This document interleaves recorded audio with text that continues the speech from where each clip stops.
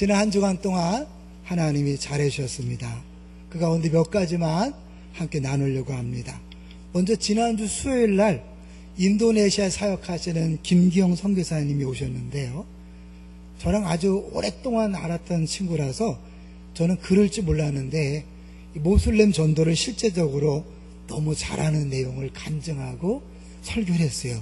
그리고 기도하는데 최근에 우리 교회에서 그렇게 뜨겁게 기도하는 건 처음 봤어요. 어마어마하더라고요. 그래서 하나님이 참 때가 됐나, 하나님께서 큰 일을 행하시는구나, 그런 생각이 들면서 너무 감사했어요. 우리 기도할 내용이 많다 보니까 하나님이 지금 은혜를 주시는 것 같아요. 감사하고요. 섬겨주신 패밀리와 선교부에게 감사를 드립니다. 두 번째로는 이제 우리 지난 금요일 날 하늘소리 찬양단이 집에 12시 넘어서 들어갔대요. 왜냐하면 단원교구협에서 진행하는 6.25 구국기도회에 헌금성으로 섬기다가 늦게 끝나니까 12시 넘어서 들어간 거예요. 그 얘기를 듣고 아이고 쉽지 않구나, 섬기는 게 쉽지 않구나. 그럼에도 불구하고 꾸준히 잘 섬기는 찬양단이 있어서 감사하고요. 전도대가 수요일날 많은 어르신들이 중앙동으로 나가는 걸 보면서 감동이었어요. 아이고 그냥 연로하신데 힘드신데도 끊임없이 나가서 전도하시는 모습 보면서 저분들이야말로 진짜 이웃과 열방을 섬기는 분들이구나, 저분들 때문에 우리 교회가 든든히 서는구나 라는 생각이 들어서 새삼 너무 감사했어요. 눈에 보이지 않는 곳에서 이웃과 열방을 섬기는 모든 분들에게 감사를 드립니다. 6월 마지막 주잖아요. 말씀을 준비하면서 지난 6개월을 생각해 봤어요. 이번 6개월은 유난히 길게 느껴지더라고요. 40일 특세도 있고 안산시 기독교연합회 주최하는 연합예배도 있어서 그런지 굉장히 한참 된 것 같아요. 6개월이. 그리고 하나님께서 특별한 은혜를 많이 부어주신 6개월이었다라는 생각이 들면서 참 감사했습니다. 우리 다음 주에 맥주감사주일인데요. 여러분들도 한번 6개월을 조용히 구체적으로 한번 기억하면서 감사하는 기회가 됐으면 좋겠습니다. 자, 이제 오늘 제목을 볼까요? 오늘 제목이 뭡니까? 주님 무엇을 하리까? 주님 무엇을 하리까? 지난주 설교 제목 기억나시나요?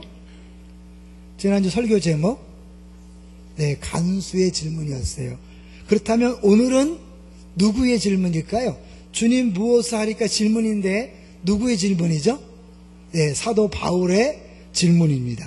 지난주는 예수 믿기 전에 사람들이 하는 질문이라면 오늘 질문은 예수 믿는 사람이라면 누구나 매일 해야 되는 질문이죠. 자, 이제 오늘 말씀을 구체적으로 전하기 전에 제가 사울과 바울을 왔다 갔다 할 때 이것 때문에 헷갈리는 분이 있을까봐 미리 말씀드려요. 자, 사울이 변하여 바울 된 거 맞나요? 네, 그렇게 많이 알고 있지만 틀린 거예요. 정신 차리라고 말씀드렸어요. 사도행전 13장 9절에 보면 사울이라는 바울이다. 그래서 사울은 히브리식 이름이에요. 히브리식 이름이고 바울은 어디식 이름일까요? 라틴식, 로마식 이름이에요. 바울은 로마 시민권자이기 때문에 사울이라는 히브리 이름이 있었고 동시에 로마식 이름이 있었어요. 그래서 그가 이방인 전도 사역할 때는 사울이라는 보다도 무슨 이름을 썼을까요? 당연히 로마 시민권자로서 바울이라는 이름을 써서 전도하는데 많은 유익이 있었던 것을 볼 수 있죠. 자, 이제 제가 사울 바울을 왔다 갔다 할 때 여러분 그것 때문에 막 신경 쓰지 마시고 다 같은 사람을 이야기한다 생각이 들으면 좋겠어요. 자, 이제 오늘 본문을 보겠습니다. 우리가 읽었던 본문을 보면 사실 이 바울이 처음 했던 질문은 아니에요. 그래서 10절 한번 볼게요. 10절 시작. 내가 이르되 주님 무엇을 하리이까? 주께서 이르시되 일어나 다메섹으로 들어가라. 내가 해야 할 모든 것을 거기서 누가 이르리라 하시거늘 무엇을 하리이까? 그 부분에 대해서 사실은 왜 이런 질문을 하게 됐냐면 그 앞에 배경이 있는 거예요. 자, 7절을 볼까요? 7절에 우리가 이제 6절까지 갑자기 다메섹으로 살기 등등해서 예수 믿는 사람을 잡아서 감옥에 집어넣으려고 가는데 큰 빛이 비치면서 말씀이 들립니다. 7절 시작. 내가 땅에 엎드러져 들으니 소리 있어 이르되 사울아 사울아 내가 왜 나를 박해하느냐 하시거늘. 사울아 사울아. 구약 성경에 보면 하나님이 중요한 순간에 사람들을 부를 때 어떻게 불렀어요? 아브라함아 아브라함아. 그 다음에 또 뭐라 그랬죠? 또 그런 비슷한 사람 있잖아요. 아브라함아 아브라함아, 모세야 모세야, 사무엘아 사무엘아. 이렇게 하나님이 특별한 인물을 부를 때 이렇게 겹쳐서 부르는 것을 많이 알잖아요. 그러니까 사울도 벌써 사울아 사울아 할 때 이 하나님의 이 목소리 하는 것을 알았던 거죠. 근데 하나님 뭐라고 말하냐면 너 왜 나 박해하냐? 깜짝 놀란 거예요. 왜냐하면 사울은 하나님을 위해서, 하나님 영광을 위해서 저 예수 믿는 것들은 이단이다. 그 예수가 까불다가, 하나님의 아들이라고 까불다가 십자가에 못 박아 죽였잖아요. 그건 뭐예요? 나무에 달린 자마다 저주받았다고 했기 때문에 저주받아 죽은 예수를 따라다니는 저놈들 가만히 있을 수 없다. 하나님 편에 서서 충성하기 위해서 그들을 잡는 데 앞장섰잖아요. 근데 자기는 하나님께 충성했는데 야, 너 왜 나 핍박하는 거야? 놀란 거죠. 이게 무슨 소리지? 그래서 이제 8절에 묻는 거예요. 사울이 뭐라고 묻습니까? 8절 시작. 내가 대답하되 주님 누구십니까? 하니 이르시되 나는 내가 박해하는 나사렛 예수라 하시더라. 누구세요? 놀라서 묻는 거죠. 그랬더니 나는 내가 박해하는 나사렛 예수라. 잘하는 것처럼 이 바울은 누구를 박해했죠? 예수 믿는 사람들을 박해했어요. 예수 믿는 사람들을 힘들게 하고 박해했는데 누구를 괴롭히는 거라고요? 예수님을 박해하는 것이라고 예수님이 말씀합니다. 기억하세요. 예수 믿는 사람에게 함부로 말하고 행동하는 것은 누구에게 함부로 말하고 행동하는 거예요? 예수님에게 함부로 말하고 함부로 행동하는 거예요. 여러분 신앙생활 하면서 왠지 기쁨이 없는 사람들 많이 있어요. 여러 요인이 있지만 예수 믿는 아내에게 남편에게 함부로 말하면서 기쁘기를 상상하지 마세요. 왜냐하면 예수님을 힘들게 하고 예수님을 괴롭게 하는데 내 안에 계신 성령님이 기뻐하겠어요? 안 기뻐하죠. 당연히. 우리는 너무 몰라도 모르는 경우가 많아요. 여러분 교회에서 성도들에게 함부로 말 행동하면 절대 기쁨 없습니다. 왜요? 성령이 근심하시잖아요. 동의하시나요? 기억하셔야 돼요. 우리가 내 옆에 사람한테 대하는 것이 주님께 대하는 것이다. 믿습니까? 이제부터 조심하세요. 자, 나사렛 예수라. 그랬더니 이제 뭐예요? 10절에 이 사울이 깨달은 거죠. 내가 주를 위해 산다고 했지만 틀렸구나, 잘못했구나, 자기의 모든 것들이 틀렸음을 인정하면서 나오는 고백이 10절이에요. 자, 시작. 내가 이르되 주님 무엇을 하리까? 주께서 이르시되 일어나 다메섹으로 들어가라. 내가 해야 할 모든 것을, 거기서 누가 이르리라 하시거늘 내가 한 모든 것들이 잘못됐음을 인정하니까 이제 뭐예요? 주님, 내가 똑똑한 척하고 하나님 앞에 충성하는 척하고 했는데 알고 보니 틀렸네요. 이제 자기의 잘못을 인정하고, 그러므로 나는 모르는 존재입니다. 바보 같은 존재고 어리석습니다. 주님, 이제 무엇을 할지 알려주십시오. 이게 신앙생활의 핵심인 거예요. 예전에는 내가 하나님 이렇게 할 테니까 도와주세요, 능력 주세요, 은혜 주세요, 돈 주세요. 아직 제대로 신앙생활 하는 게 아니에요. 신앙생활은 주도권을 주 앞에 드리는 거예요. 인정하시나요? 그래서 이제 내가 하던 사람이 주님 무엇을 할까요? 주님께서 말씀하시면 거기에 순종하는 것, 그것이 신앙생활인 줄로 믿습니다. 이제 사울이 진짜 주님 만났기 때문에 이런 고백을 하는 거예요. 주님 무엇을 하리까? 내가 뭐 한다고 주님 영광 받는 거 아니에요. 내가 아무리 열심을 낸다고 주님 기뻐하는 게 아니에요. 주님이 시키시는 일을 할 때 주님이 영광 받으시고 주님이 기뻐하실 줄로 믿습니다. 그랬더니 예수님께서 야, 다메섹으로 들어가. 거기 가면 누가 이게 모든 걸 알려줄 사람이 있어. 중요한 거예요. 예수님이 직접 바울에게 답을 줄 수도 있는데 직접 답을 안 줬어요. 사람에게 보냅니다. 우리는 늘 하늘의 소리를 기대해요. 하늘에 직접, 직방으로, 그죠? 그런 사람 많잖아. 하늘에 대한 직통 계시를 받습니다. 주님은 그렇게 하지 않아요. 사람을 통해서 주의 뜻을 말씀하는 거예요. 누구죠? 아나니아를 통해서 말씀해요. 자, 보겠습니다. 자, 10 13절을 보겠습니다. 12절부터 시작. 율법에 따라 경건한 사람으로 거기 사는 모든 유대인들에게 칭찬을 듣는 아나니아라 하느니라. 칭찬을 듣는, 모든 유대인들에게 칭찬을 듣기 때문에 인정받는 거죠. 하나님이 그런 사람을 통하여 사울을 맡기십니다. 그 사울이 왔을 때 13절 시작. 내게와 곁에 서서 말하되 형제 사울아 다시 보라 하거늘 즉시 그를 쳐다보았노라. 눈이 멀었어요. 안 보였는데 이 아나니아가 눈을 뜨게 한 거죠. 그런 기적을 체험함으로 아나니아를 신뢰하게 되죠. 자, 아나니아가 뭐라고 바라보세요? 주여 무엇을 하리까라는 답에 대한 물질문의 답이에요. 자, 14절 시작. 그가 또 이르되 우리 조상들의 하나님이 너를 택하여 너로 하여금 자기 뜻을 알게 하시며 그 의인을 보게 하시고 그 입에서 나오는 음성을 듣게 하셨으니 너를 택했다. 누가 택한 거예요? 하나님이 택한 거죠. 그래서 자기 뜻을 알게 하시고 보게 하시고 음성을 듣게 했다. 그 의인은 누구예요? 예수님이잖아요. 부활하신 예수님. 자, 보게 하시고 듣게 하신 이유는 뭘까요? 15절 아주 중요한 내용을 얘기합니다. 15절 시작. 내가 그를 위하여 모든 사람 앞에서 내가 보고 들은 것에 증인이 되리라. 증인이 되는데 뭐에 대한 증인이에요? 보고 들은 거예요. 체험이에요. 체험. 여러분, 우리가 그냥 지식적으로 복음을 전하는 게 아니에요. 내가 만난 예수를 전하는 거예요. 그럴 때 감격이 있고 감동이 있고 힘이 있는 거예요. 내가 보고 들은 것, 지식이 아니라 내가 경험한 예수, 그 음성, 그 사랑, 은혜를 경험한 것을 전하는 거예요. 믿습니까? 그래서 이 예수 믿는 모든 사람들은 다 증인이에요. 이거는 사울에게 한 얘기인데요? 아니에요. 사도행전 1장 8절 기억하시죠? 뭐죠?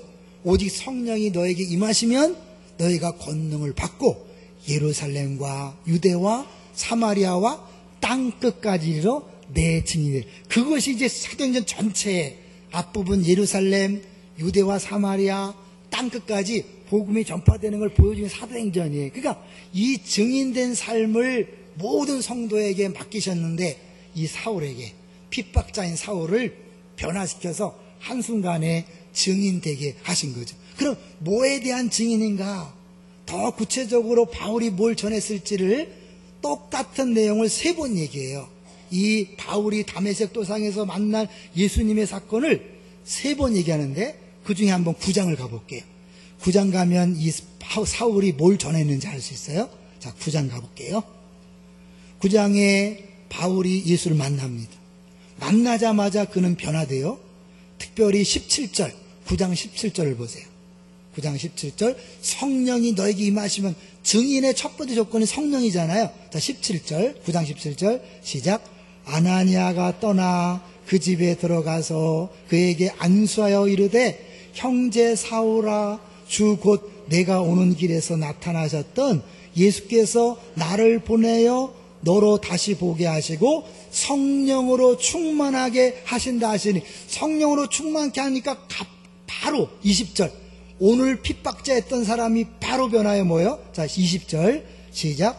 즉시로 각 회당에서 예수가 하나님의 아들이심을 전파하니. 증인인데 뭐에 대한 증인이냐면 예수가 하나님의 아들이심을 전파하는 증인이에요. 자, 22절 볼까요? 22절 시작. 사울은 힘을 더 얻어 예수를 그리스도라 증언하여 다메섹에 사는 유대인들을 당혹하게 하니라. 요 증언이란 단어가 옛날 성경에는 증명 그랬어요. 증명. 그건 뭐냐면 논리적으로 잘 이렇게 짜맞추다는 뜻이 있고 가르치다는 뜻이 있으니까 잘 구약 성경을 잘 연결해서 예수님이 그리스도라는 걸 잘 가르치는 거예요. 입증하는 거예요. 자, 그래서 결국 사울이 했는데 예수는 하나님의 아들이다, 예수는 그리스도다, 뭐가 생각나요? 베드로의 신앙 고백이 생각나지 않습니까? 너희는 나를 누구로 아느냐? 주는 그리스도시요 살아계신 하나님의 아들입니다. 여기 다 들어있죠? 예수가 하나님의 아들입니다. 예수는 그리스도입니다. 주는 그리스도시요 살아계신 하나님의 아들. 구약성 신구약 성경이 다 똑같은 거예요. 결국 우리가 전할 것은 예수님이 그리스도시고 예수님이 하나님의 아들이심을 고백할 뿐만 아니라 그 내용을 전하는 거예요. 근데 그런 내용을 전했을 때 사도행전에 보면 3번 동일한 표현이 나오는데 뭐냐면 하나님 말씀이 흥하게 되었다. 6장 7절, 12장 24절, 19장 20절 앞에서부터 예루살렘, 유대와 사마리아 땅끝까지 점점점 말씀이 전파되는 걸 기록하는데 중간중간에 하나님 말씀이 흥황케 되었다. 하나님 말씀이 흥황케 되었다. 하나님 말씀이 흥황케 되었다. 그러니까 사도행전의 중심 내용이 그거예요. 이렇게 예수를 그리스도라, 예수를 하나님의 아들이라 전파하고 증명했을 때 하나님 말씀이 왕성해지는 거예요. 근데 궁극적으로 그것은 뭘 전하는 거냐? 마지막 가볼게요. 사도행전 28장으로 가보세요. 28장 마지막 절에 보면 이 바울이 뭘 전했는가가 나와요. 28장 31절. 자, 시작. 하나님의 나라를 전파하며 주 예수 그리스도에 관한 모든 것을 담대하게 거침없이 가르치더라. 하나님의 아들이심을 전파하는 것과 하나님의 나라를 전파하는 것이 바꿔 사용되죠. 결국 하나님의 아들이심을 전파한다는 건 뭐예요? 예수님이 하나님의 아들이시다. 그분이 왕으로 이 땅에 오셨다. 그 사실을 전하는 거예요. 그런데요, 그것은 단순히 말로만 전하는 게 아니에요. 바울은 고린도서에 보면 우리가 그리스도의 종된 것을 전한다 그랬어요. 하나님 나라의 백성으로 살면서 이 하나님 나라의 삶이 무엇인지를 증명하며 사는 거예요. 말로만 하나님 나라를 전하는 게 아니라 하나님 나라의 의와 평강과 희락을 보여주면서 그렇게 사는 사람이 어떻게 사는지 보여주고, 마침 우리 교회 최근에 한 권사님이 그런 삶을 보여줬어요. 이분이 최근에 버스를 타고 가다가요, 내리려 하다가 차가 급정거하는 바람에 넘어졌는데 그 내리는 문에서부터 운전석까지 막 그냥 달려가서 넘어진 거예요. 그게 얼마나 심하게 넘어졌어요? 그런데 또 툭툭 틀고 괜찮더래. 그래서 막 기사가 병원 가자 그러는데 괜찮다고 계속 전화가 와서 병원에 갔더니 뭐 10,000원밖에 안 나왔대요. 청구하려다가 10,000원을 청구하냐 말하라 그러고 옵등을 하자 그랬대요. 근데 얼마 있다가 경찰서에서 전화가 왔대요. 사고 당했죠. 근데 그 신고도 안 하는데 왜 전화했습니까? 또 다른 누군가가 이렇게 있다가 이렇게 뒤로 척겨지면서 다쳤다고 고발을 한 거예요. 그 기사를. 그래서 경찰서에서 CCTV를 보니까 그 영상에 이 권사님이 확 넘어진 게 보면서 이건 분명히 많이 다쳤다. 전화했는데 괜찮다고 하니까 혹시 버스 회사에서 전화 온 거냐, 무슨 회의가 있었냐, 협박이 있었냐 자꾸 물어보는 거예요. 아니다, 아무것도 없었다. 그런데 왜 안 다쳤다고 하냐. 안 다쳤으니까 안 다쳤다고 한다. 그래도 우리 기사를 위해서 나와달라고 그래서 갔대요. 왜 자꾸 오라가라 하냐고 갔다는 거예요. 그러면서 사실은 기사 처벌을 원하지 않는다. 나 안 다쳤다. 근데 다른 사람이 얘기하기를 그런 건은요 300만 원짜리인데 그러더래요. 300만 원짜리. 그러니까 이 경찰도 분명히 그 영상을 봐서는 많이 다쳤는데 안 다쳤다고 하니까 하도 이상해서 어떻게 그럴 수 있냐고. 어떻게 다른 사람은 최소한 치료비를 받아내려고 하는데 어떻게 그럴 수 있냐고. 권사님 물었대요. 여자 경찰인데 교회 다니냐고. 교회 다니긴 다니는데 잘 못 다닌다고 하더래. 나도 옛날에 교회 다니기 전에는 이러지 않았는데 교회 다닌 다음부터 이렇게 변했다고 했다는 거예요. 잘했죠? 여러분 뭐 꼭 그렇게 하라는 건 아니지만 우리가 하나님 나라 백성으로서 이 세상과 다른 천국의 시민이라 한다면 말이 다르고 행동이 다르고 태도가 달라야 될 줄로 믿습니다. 그렇게 초대교인들은 실제로 자기 것을 하지 아니하고 자기 소유를 다 팔아 나눠주면서 가난한 사람들을 구제하고 온전한 공동체를 이뤘기 때문에 세상 사람들이 칭찬한 거잖아요. 인정했잖아요. 그래서 사람들이 몰려왔잖아요. 사실 하나님 나라를 전한다는 것, 예수의 증인된다는 건 말이 아니라 삶인 줄로 믿습니다. 여러분, 우리 모두에게 주님 주신 사명이에요.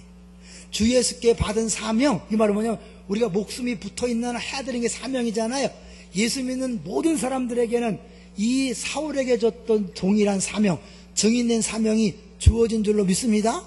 어디 보래요? 아니 이건 사울에게 한 얘기죠. 우리에게 그런 얘기 한 적이 없는데요. 네, 베드로전서 2장 9절에 가보면 우리들을 거룩한 나라요 왕같은 제사장이요 우리를 택한 족속이라고 했어요. 그러고 나서 어두운 데서 불러내어 그의 기이한 빛에 들어가게 하심은 하나님의 아름다운 덕을 선전하게 하려 함이라. 하나님의 덕을 선전하는 게 우리들을 부르신 목적이에요. 그리고 마태복음 28장에 보면 너희는 가서 모든 족속으로 제자를 삼아. 그리고 성령이 임하시면 너희가 권능받고 예 없이 증인이 되리라. 이해되시죠? 그러니까 이 증인되는 건 예수 믿는 모든 사람들이 해야 될 일인 거예요. 그게 사명이에요. 두 번째, 비전을 볼 거예요. 사명 밑에 비전이 있어요. 기독교인의 사명은 다 똑같아요. 복음 증거하는 거예요. 직장 생활하는 거, 사업하는 거, 학교 가는 거 다 핵심은 복음 증거예요. 그것은 사실은 우리에게 복음 증거하라고 주어진 현장이에요. 자, 근데 그 현장은 뭐예요? 다 달라요. 그게 이제 뒷부분이야. 오늘 본문 뒷부분. 자, 17절 볼게요. 어렵지만 좀 따라오세요. 17절 읽어봅니다. 시작. 후에 내가 예루살렘으로 돌아와서 성전에서 기도할 때에 황홀한 중에 봄에 주께서 내게 말씀하시되, 여긴 직접 하나님 말씀하시는 거예요. 비전에 대해서는 하나님 보여주는 거예요. 말씀하시는 거예요. 자, 빨간 그 속기부터 읽어봅니다. 시작. 속히 예루살렘에서 나가라.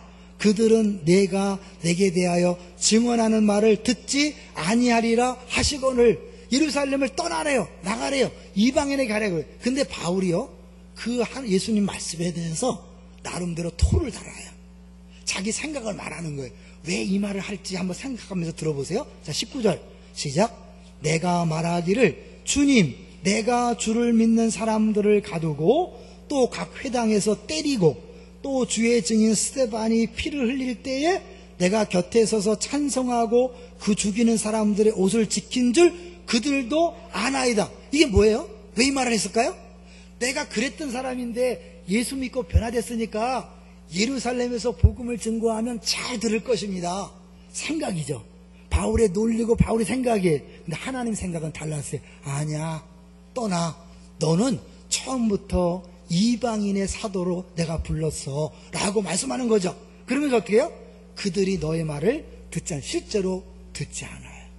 자기는 오히려 자기의 과거를 아는 예수를 믿는 사람들이 더 잘 믿을 줄 아는데 하나님께서 계획이 있기 때문에 그들이 안 들어요. 오늘 본문은요, 사실 이방인에게 복음을 증거해서 왕성한 열매를 거둔 다음에 그들에게 보고하는 자리인데, 유대인들이 어떻게 해요? 이 바울이 이방인과 함께 막 이 복음을 막 이렇게 한다 그래서 막 때려 죽이려고 하던 그 상황인 거예요. 그래서 변론하는 거예요. 변론. 그래서 내가 이방인에 가게 된 이유는 뭐냐면 너희들이 복음을 받아들이지 않았기 때문에 나는 할 수 없이 갔다. 근데 그것도 내가 한 게 아니라 하나님이 보내신 것이다 라고 그렇게 변론하는 거예요. 이 말은 뭐냐면 내가 원하는 데서 복음 증거하는 게 아니라, 내가 원하는 방식으로 사역하는 게 아니라 하나님이 정해준 곳이 있다는 거예요. 그곳이 어딜까요? 우리 집, 우리 가정, 우리 직장, 사업장, 동네, 식집에서 뭐 취미 클럽, 이 모든 것은 하나님이 보내주신 사역의 현장인 줄로 믿습니다. 이게 비전이 다르다는 거예요. 어떤 사람은 어린이계로, 어떤 사람은 군인에게로, 어떤 사람은 청년에게로, 어떤 사람은 공단으로, 어떤 사람은 농촌으로, 어떤 사람은 외국으로 보내는 게 뭐예요? 하나님이 전 인류를 구원하기 위해서 다 다르게 보내는 거예요. 왜 다르게 보낼까요? 하나님이 처음부터 다르게 쓰시려고 준비시켜 놓은 거예요.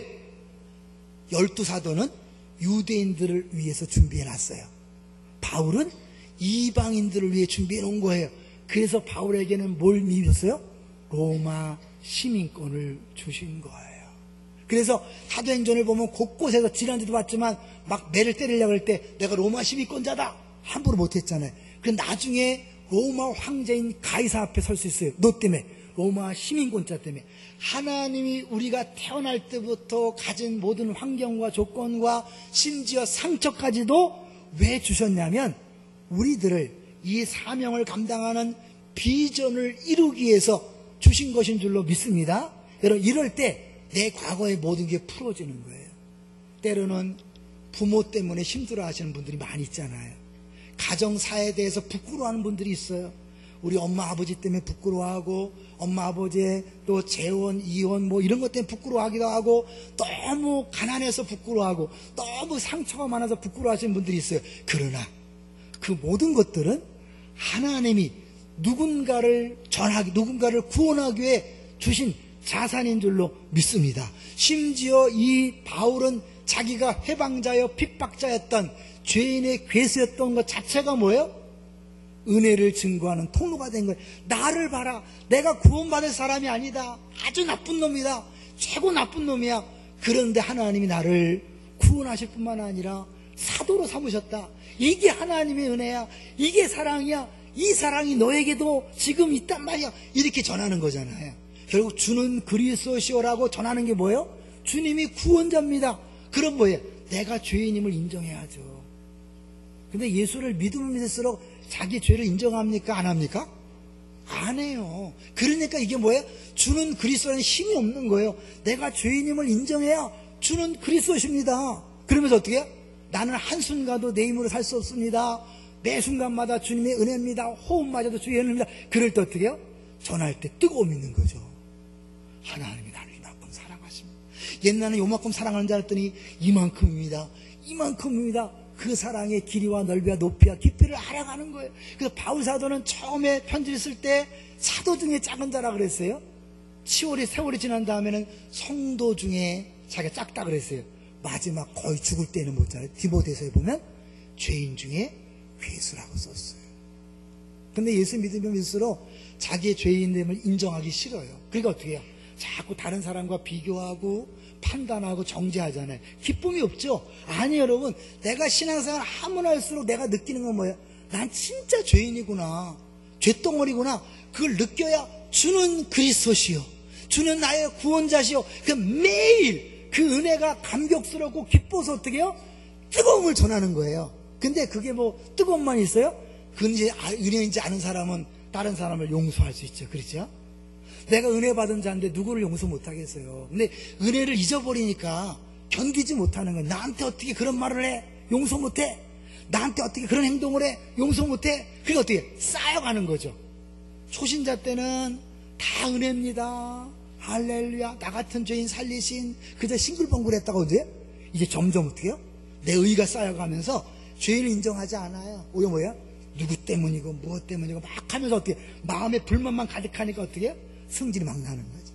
근데 거기다 대고 어떻게 해요? 우리가 가지고 있었던 상처가 미리 있으니까 이 상처에 조금만 들어가도 분노하는 거예요. 조금만 들어. 근데 여러분, 이 상처도 오늘 비전이라는 관점에서 보면 뭐예요?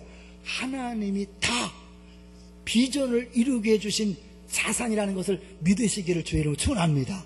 우리가 사울은 바울은요, 예루살렘에서 전하기 원했어요. 근데 그들이 거부했어요. 상처예요, 나름대로 상처예요. 근데 그렇게 거부했기 때문에 그는 어쩔 수 없이 하나님이 보내셨지만 갈 수밖에 없었던 거예요. 여러분, 이 환경, 나를 거부하고 내 복음을 받아들이지 않는 그들의 환경도 뭐예요? 하나님이 주시는 거예요. 여러분이 과거에 다른 교회에서 받았던 상처, 이제는 좀 내려놓으셨으면 좋겠어요.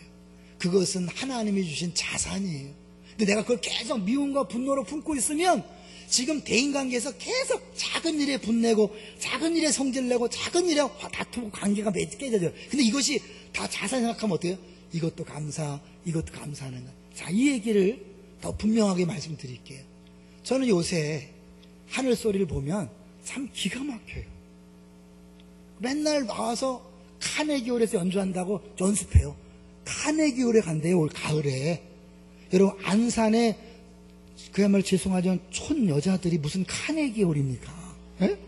말도 안 되잖아요. 근데 실제로 간대요. 여러분, 그걸 뿌리를 거슬러 가면 어디서부터 시작될까요? 사실 우리 고건사님이 우리 교회 와서 하프를 가르치면서 시작된 거예요. 근데 고건사님 우리 교회 어떻게 온지 아세요? 사실은 먼저 교회, 작은 교회에서 굉장히 힘들었어요. 우리 천장론이 선배가 하는 교회에서 정말 힘들었어요. 병이 날 정도로 힘들었어요. 방황하다가 우리 교회 등록도 못하고 다니다가 천장론님과 함께 이제 등록하고 정착한 거예요. 그리고 여기서 하프를 가르치면서 하늘소리 찬양단이 생기고, 그리고 안산의 요양원들을 섬기면서 이제 카네기까지 가는 거예요. 누구 때문에 이런 일이 벌어진지 알 수 없어요. 그러나 하나님께서 고건사님과 천장로님을 원래 그 교회에서 섬길 마음이 있었지만 하나님은 붕 떠서 떼어내서 이곳으로 보낸 거예요. 믿습니까? 두 부분 하니까 여러분 앉아있는 모든 분들이 다 하나님 계획과 뜻 속에서 여기에 모아주신 거예요. 믿습니까? 우리를 기쁨의 동산 공동체로 묶어준 거예요. 한 지체로 묶어준 거예요. 여러분이 필요해서 다 뽑아서 묶어준 거예요. 그럼 뭐예요?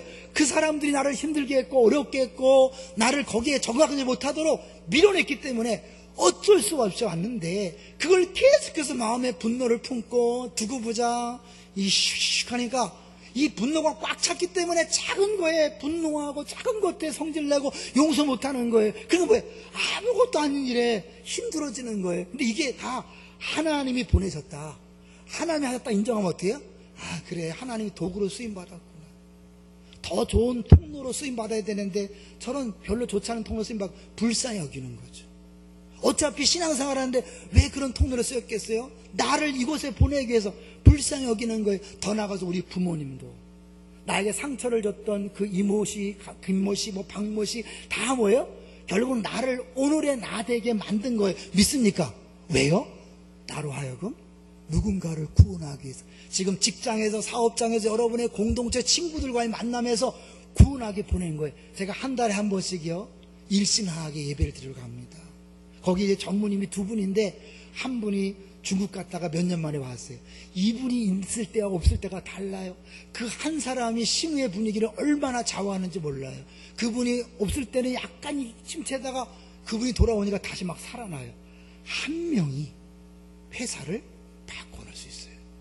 여러분이 그 한 명으로 세우기 위하여 여러분을 회사에 보낸 거예요. 여러분의 사업장을 준 거예요. 여러분의 공동체를 주신 거예요. 믿습니까?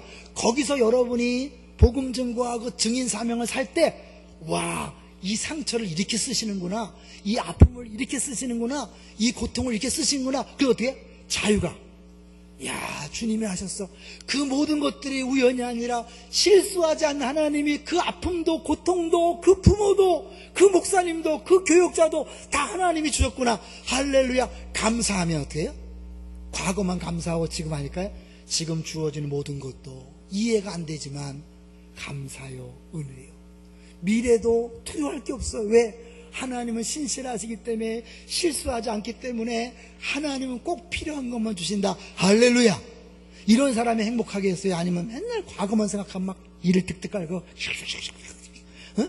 지금도 뭐 조금만 거기에 비슷한 단어만 나오면 막 승질 뻑뻑 내고, 그러니까 사실 감사 다 사라지고 미래에 대한 불안이 있잖아요. 기쁨이 없잖아요. 자, 여러분, 오늘 하나님 우리에게 동일한 사명을 줬습니다. 증인되는 동일한 사명을 줬습니다. 그러나 비전을 위해서는 다 다른 비전을 준 거예요. 여러분이 우리 교회에 온 것, 특별한 계획이 있어서 특별한 비전을 위해 주신 거예요. 온 거예요. 그렇다면 여기 오기까지 역할을 한 모든 사람들을 다 용서하세요. 인정하세요. 그 사람이 아니라 하나님이 하셨다고 인정하세요. 그리고 이제 여러분의 상처와 아픔과 고통을 가지고 한번 전도해 보세요. 사람들을 만나보세요. 대화해 보세요. 복음을 가르쳐 보세요. 여러분 알고 있는 지식을 전해보세요. 와, 이거였구나 깨달아지면서 과거가 풀어집니다.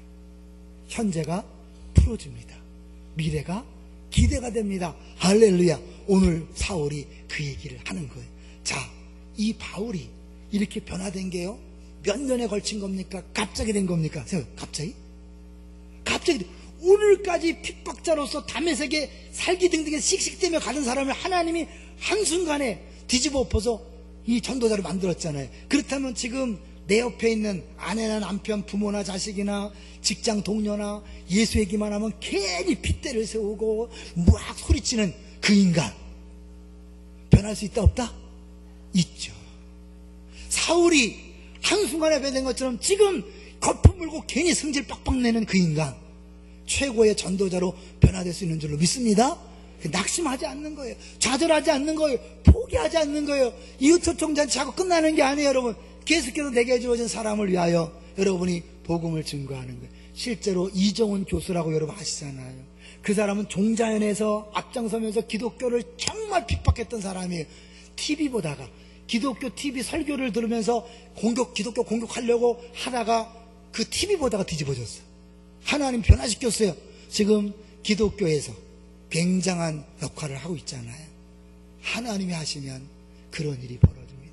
내 주변에 모든 사람이 그런 가능성이 있습니다. 그러면 우리 누군지 모르니까 모든 사람에 대하여 사랑으로 대하셔야 돼요. 그리고 담대함으로 기쁨으로 말씀을 증거하는 거예요. 그러면 성령 충만이 필요합니다. 성령 능력이 필요합니다. 이미 하나님이 다 자산을 주셨어요. 필요한 걸 다 주셨어요. 그것들을 담대히 사용할 수 있도록 그런 체험을 통하여 복음을 증거할 수 있도록 성령 충만이 필요해요. 성령 충만을 구하십시다. 그리고 사랑으로 모든 사람을 대하십시다. 자, 주님 무엇을 하리까? 답, 증인이 되라. 어디서? 내가 파송한 그 자리에서, 네가 지금 있는 그 자리에서 성령 충만함 받고 너의 가진 모든 것으로, 과거의 모든 것을 동원해서 복음을 증거하라. 주님의 말씀입니다.